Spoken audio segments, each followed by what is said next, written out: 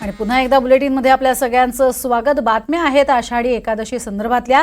आज विठ्ठलाच्या दर्शनासाठी भाविकांची पंढरपुरात तुफान गर्दी झालेली पाहायला मिळते।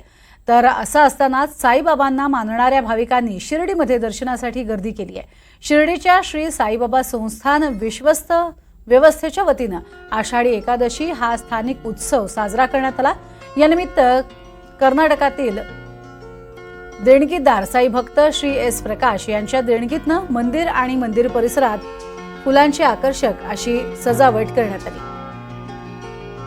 तर साईबाबांच्या चरणी सुद्धा अशा स्वरूपात मोठ्या संख्येने भाविक दाखल झालेले होते। जे पंढरपूरला जाऊ शकत नाहीत असे साईबाबा चरणी लीन झाले। मात्र साईबाबांच्या या महाद्वारात सुद्धा अगदी जोरदार असा आषाढी एकादशीचा कार्यक्रम हा साजरा होत असतो। आषाढी एकादशी हा सोहळा इथे देखील संपन्न होतो। शिर्डीमध्ये भाविकांची अलोट गर्दी पाहायला मिळते। सुट्टीचा दिवस असल्यामुळे मोहरम आणि आषाढी एकादशी असा दिवस जोडून आलेला असल्यामुळे मोठी गर्दी सध्या आपल्याला इथे पाहायला मिळते।